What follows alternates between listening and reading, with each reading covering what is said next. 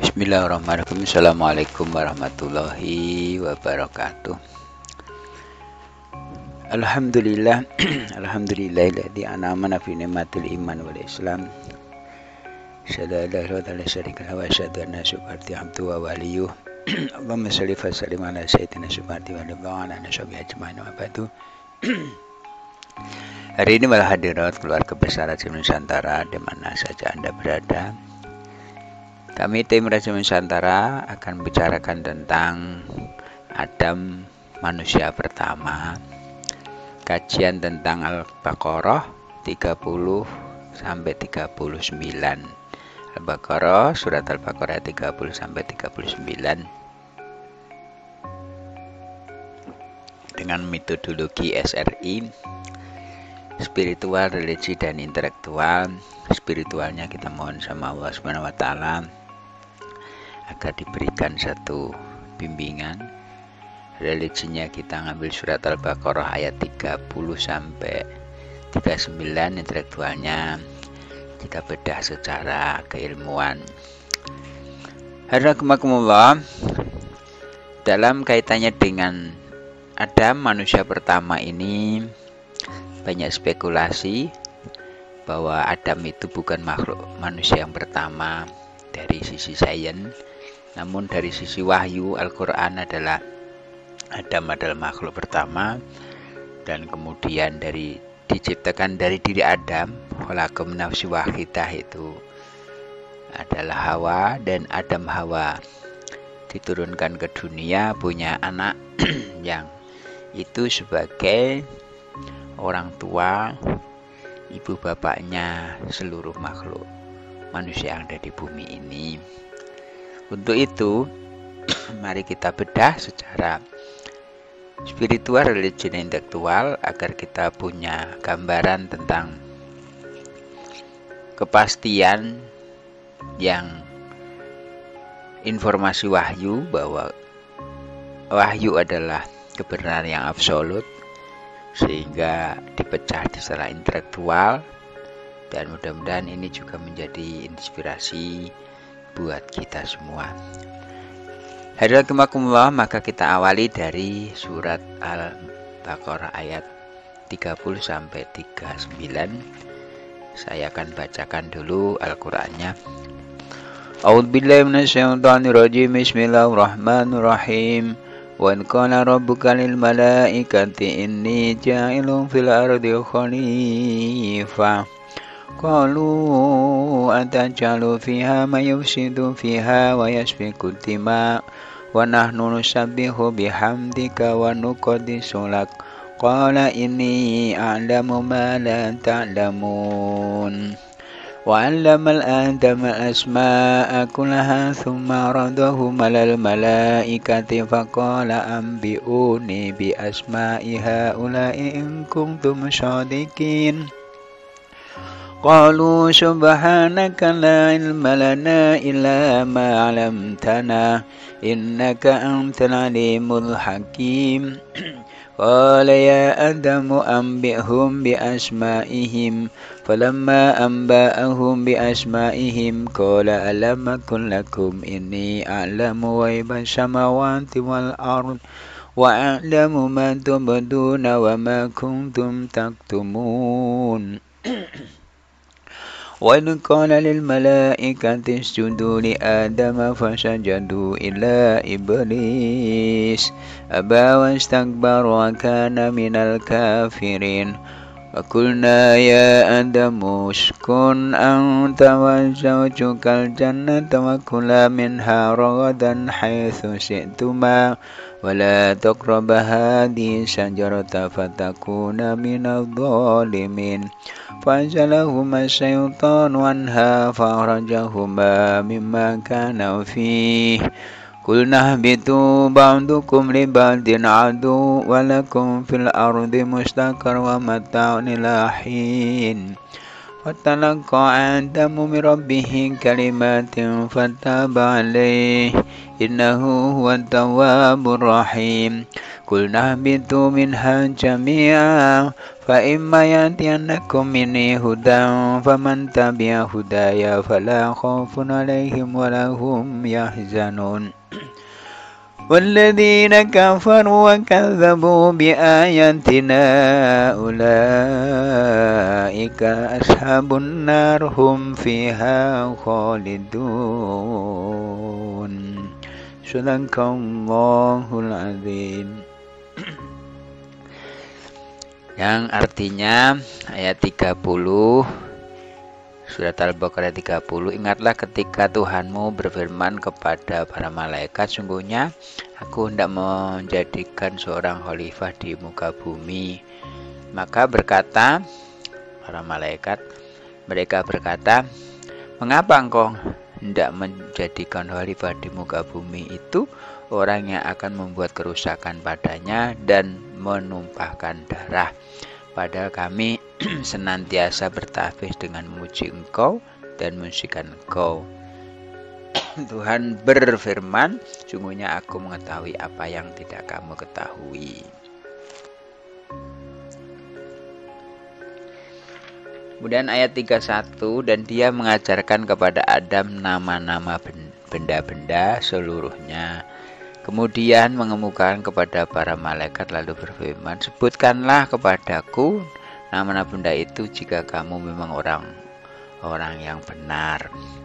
Mereka, para malaikat menjawab, Maha Suci Engkau, tidak ada yang kami ketahui selain dari apa yang telah Engkau ajarkan kepada kami. Sungguhnya Engkau yang maha bijaksana, Engkau yang maha mengetahui lagi maha bijaksana.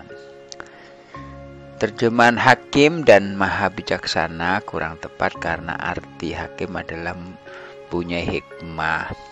Hikmah ialah penciptaan dan penggunaan suatu dengan sifat, guna dan faedahnya. Di sini diartikan dengan maha bijaksana karena dianggap arti tersebut hampir mendekati arti hakim. Ini arti hakim. Kemudian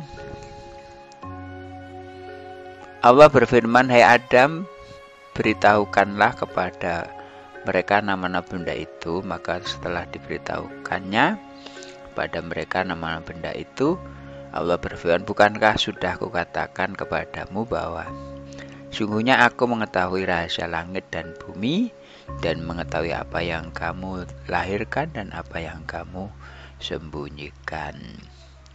34, dan ingatlah ketika kami berfirman kepada para malaikat, sujudlah.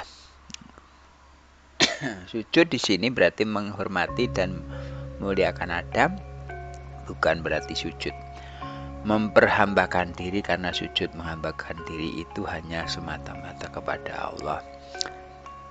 Maka sujudlah kamu kepada Adam, maka sujudlah mereka kecuali iblis, ia enggan dan takabur dan adalah ia termasuk golongan orang-orang kafir. 35, dan kami berfirman, hai Adam, diamlah oleh kamu dan istrimu surga ini, dan makanlah makanannya yang banyak, baik dan di mana saja yang kamu sukai, dan janganlah kamu dekati pohon ini. Pohon dilarang, pohon yang dilarang Allah mendekati tidak dapat dipastikan, sebab Al-Quran dan hadis tidak menerangkan. Ada yang menamakan pohon kuldi sebagaimana termasuk dalam surat Toha ayat 120, tapi itu adalah nama yang diberikan setan. Intinya adalah pohon larangan. Janganlah kamu dekat pohon ini yang membiarkan kamu termasuk orang-orang yang dolim. Ayat 36, lalu keduanya tergelincir oleh setan dari surga itu. Adam dan Hawa dengan tipu daya setan memakan buah yang dilarang itu, yang mengakibatkan keduanya keluar dari surga. Dan Allah menyuruh mereka turun ke dunia. Yang dimaksud dengan setan di sini ialah iblis yang disebut dalam ayat 34 surat Al-Baqarah di atas, dan dikeluarkan dari keadaan semula. Yang dimaksud keadaan semula ada kenikmatan, bahan kemuliaan hidup dalam surga. Dan kami berfirman, turunlah kamu sebagian kamu menjadi musuh bagi yang lain, dan bagi kamu ada tempat kediaman di bumi dan kesenangan hidup sampai waktu yang ditentukan, itu ajal. 37. Kemudian Adam menerima beberapa kalimat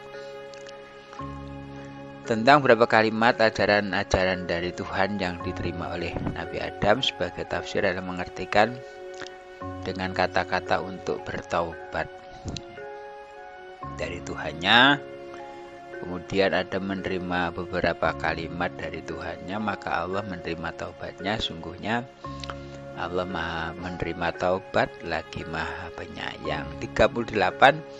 Kami berfirman, turunlah kamu semua dari surga itu. Kemudian jika datang petunjukku kepadamu, maka barang siapa yang mengikuti petunjukku, niscaya tidak ada kekhawatiran atas mereka, dan tidak pula mereka bersedih hati. 39. Adapun orang-orang yang kafir dan mendustakan ayat-ayat kami, mereka itu penghuni neraka, mereka kekal di dalamnya. Ini makna arti dari surat Al-Baqarah ayat 30 sampai 39. Hadirin, kemudian kalau kita teliti, yang pertama 30 itu informasi akan dijadikan khalifah, yaitu Adam di muka bumi. Di Adam itu adalah makhluk khalifah di muka bumi, berarti Adam adalah makhluk yang pertama.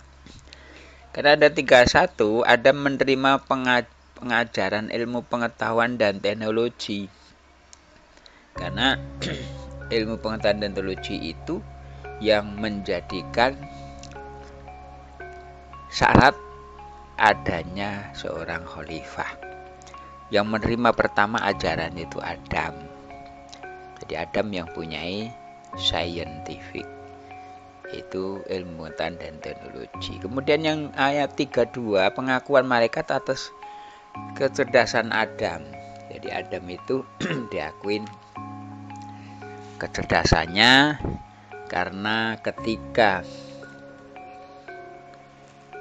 suruh nyebutin, ya itu Adam yang bisa, malaikat itu tidak bisa. Karena la ilma lana illa ma 'allamtana.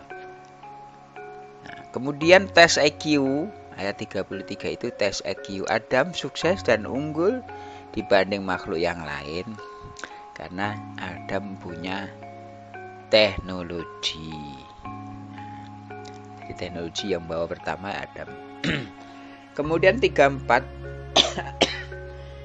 Adam dapat penghargaan dari malaikat dengan sujud ihtiram. Dan iblis menolak perintah Allah Subhanahu wa taala. Kemudian 35 Adam mendapat anugerah menempati surga lengkap dengan fasilitas. Ada larangan pohon ya, yang menyebabkan kedoliman. Hadiratullah, karena ini fasilitas ini adalah tempat transit. Nah, tempat transit karena bukan untuk ditempatin surga, karena ini fasilitas itu transit untuk persiapan menjadi khalifah di muka bumi. Namun dia harus difasilitasi di surga dulu dengan satu larangan. Ternyata larangannya itu yang menyebabkan kedoliman. Ayat 36, Adam dan Hawa sebagai pasangan suami istri tergelincir godaan setan dengan makan buah dari pohon larangan. Keluarnya yang menyebabkan keduanya turun ke bumi. Mulai saat itu Adam dan Hawa menjadi manusia pertama hidup di bumi. Ayat 36. 37, Adam menerima wahyu dari Allah SWT tata cara melakukan pertobatan, dan Allah menerima taubatnya Adam dan Hawa. Kemudian 38 adalah perintah Allah kepada Adam dan Hawa untuk turun dari bumi, menempati bumi dengan petunjuk wahyu untuk menghilangkan rasa sedih dan khawatir. Hadirin, kemudian ba'dukum li ba'din adu. Ayat 36.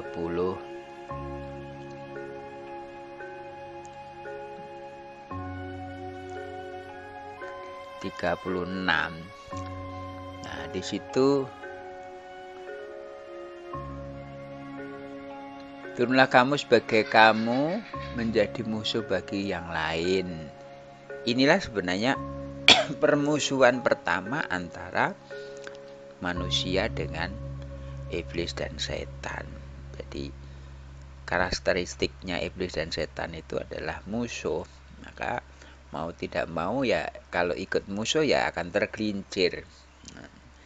Kemudian 38 ini adalah perintah untuk Allah kepada Adam, Hawa, dan Hawa untuk turun dari surga menempati bumi dengan petunjuk wahyu untuk menghilangkan rasa sedih dan khawatir, karena mereka adalah orang-orang yang difasilitasi petunjuk, menghilangkan sedih karena masa lalunya tergelincir dan khawatir masa depannya akan sama. Maka itulah petunjuk Allah yang menyelamatkan, itu adalah wahyu. Kemudian 39, barang siapa yang mendustakan ayat-ayat kami maka ancamannya neraka kekal di dalamnya. Itu di surga, turun ke bumi. Nah, sementara kalau di bumi ini dia mendustakan ayat Allah maka akan diancam dengan neraka.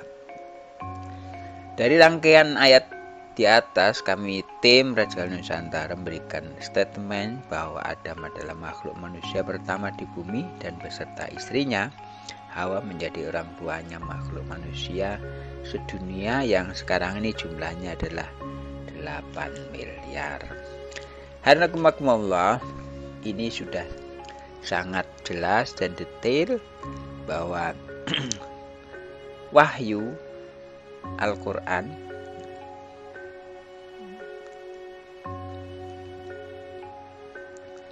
adalah firman Allah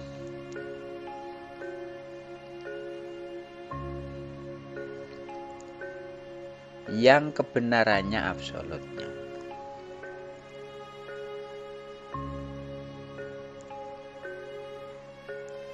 Absolut. Sains atau ilmu pengetahuan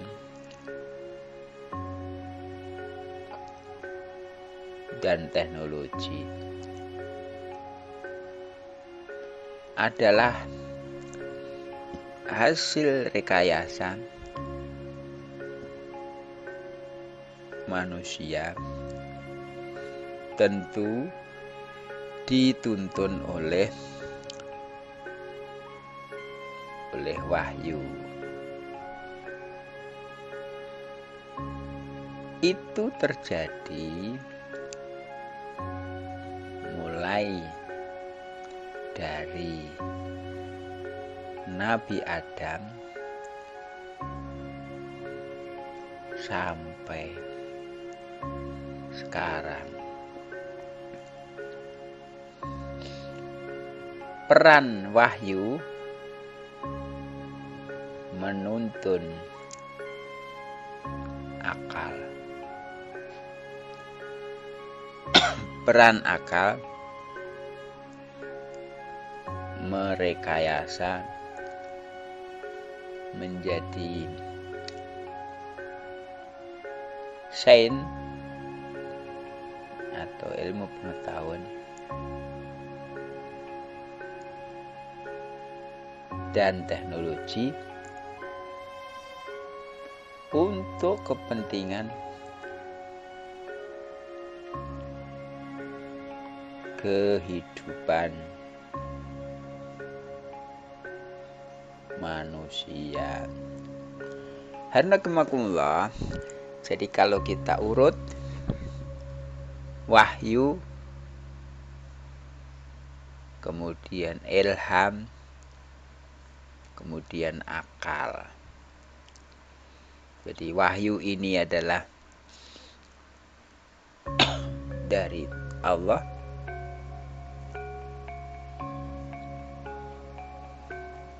Ilham itu hati nurani. Akal itu adalah otak manusia. Jadi menggunakan wahyu sebagai inspirasi, kemudian diolah dengan ilham sebagai aspirasi, akal menjadi aplikatif.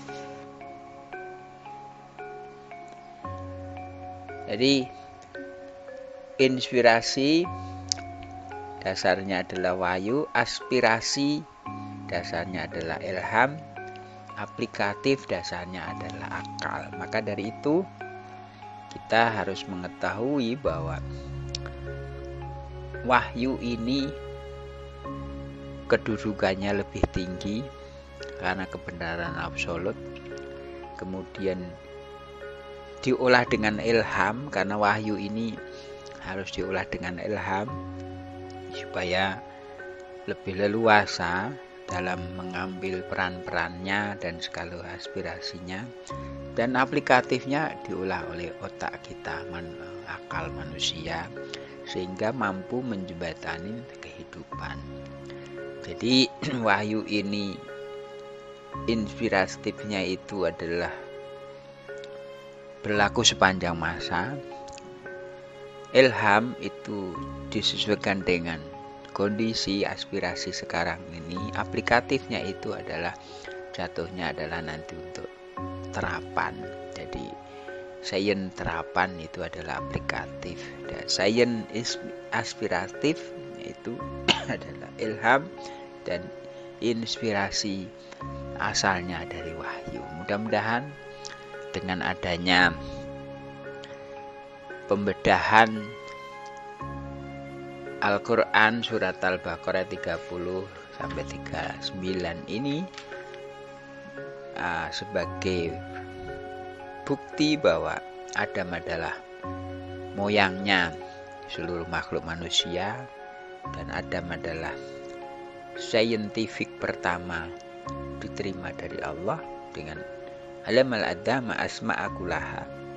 Nah, kemudian diolah sekarang ini menjadi teknologi, yang teknologi itu sumbernya adalah dari wahyu, diolah ilham dan aplikasinya akal. Barakallahu fil Qur'an azim wa nafi ayati wa tilkam taqabbal maghfur fikran hada wassalamualaikum wa syaril muslimin muslimat wal mu'minina wal fastaghfiru rahim. Bismillahirrahmanirrahim. Wa ridawam alhamdulillah bin alamin. Assalamualaikum warahmatullahi wabarakatuh.